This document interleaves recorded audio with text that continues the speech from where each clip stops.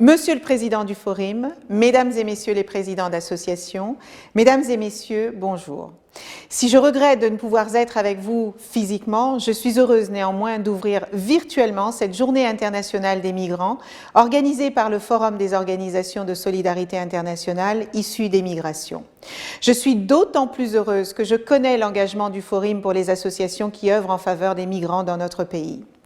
La crise sanitaire qui s'est abattue sur nous sans prévenir a jeté une lumière crue sur les inégalités entre les femmes et les hommes. Elle les a même exacerbées. Les femmes ont été en première ligne au sein du foyer comme à l'extérieur. Elles ont été et demeurent extrêmement exposées. Mais la crise sanitaire a également révélé la précarité et la grande vulnérabilité des personnes dont on parle trop peu, des personnes trop invisibilisées dans notre société.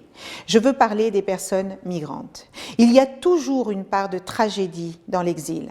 On ne quitte pas sa terre, ses racines, sa famille par gaieté de cœur, car l'exil est souvent sans retour. Et il y a toujours en toile de fond un enjeu de survie, survie au long du parcours, survie à l'arrivée.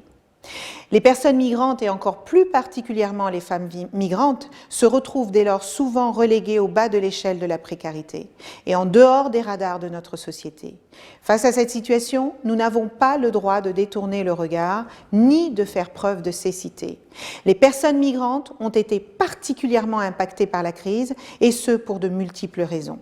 Tout d'abord, parce que leur quotidien est souvent entouré d'un halo épais d'isolement, qu'il s'agisse des mineurs isolés, des personnes migrantes à la rue ou des travailleurs précaires. Isolement amplifié par le fait que les personnes migrantes sont souvent peu dotées, voire coupées des outils numériques qui leur permettraient de communiquer et d'alerter sur leur situation et leur état de santé. Enfin, les personnes migrantes ont été et restent aussi en première ligne face à la crise. Elles occupent bien souvent des emplois essentiels au fonctionnement de notre vie quotidienne. À rebours de certaines idées reçues tenaces, les personnes migrantes sont donc des actrices et des acteurs importants de notre société. Durant la crise, bien entendu, mais au-delà de la crise.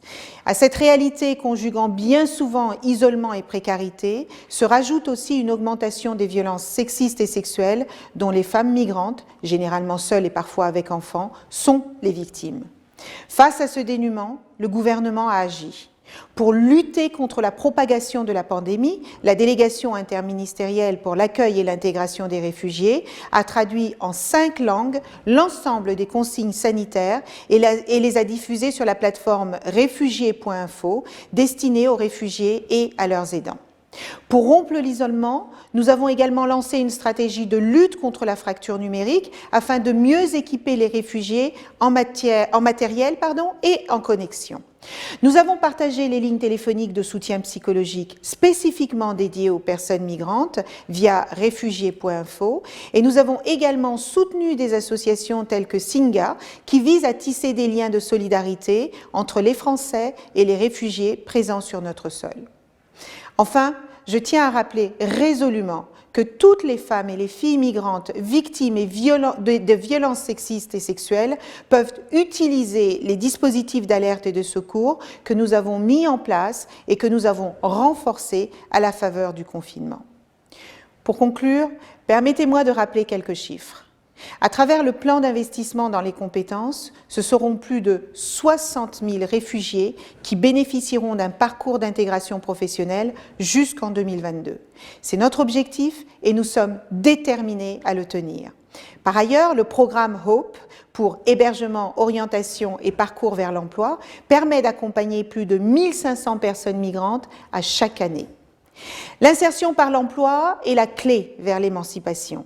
C'est la clé pour sortir de la précarité. Mesdames et messieurs, je voudrais vous féliciter chaleureusement pour votre engagement. Je sais que le Forum a mis en place dans le contexte de crise sanitaire que nous traversons un fonds d'urgence Covid pour encourager les initiatives locales de solidarité.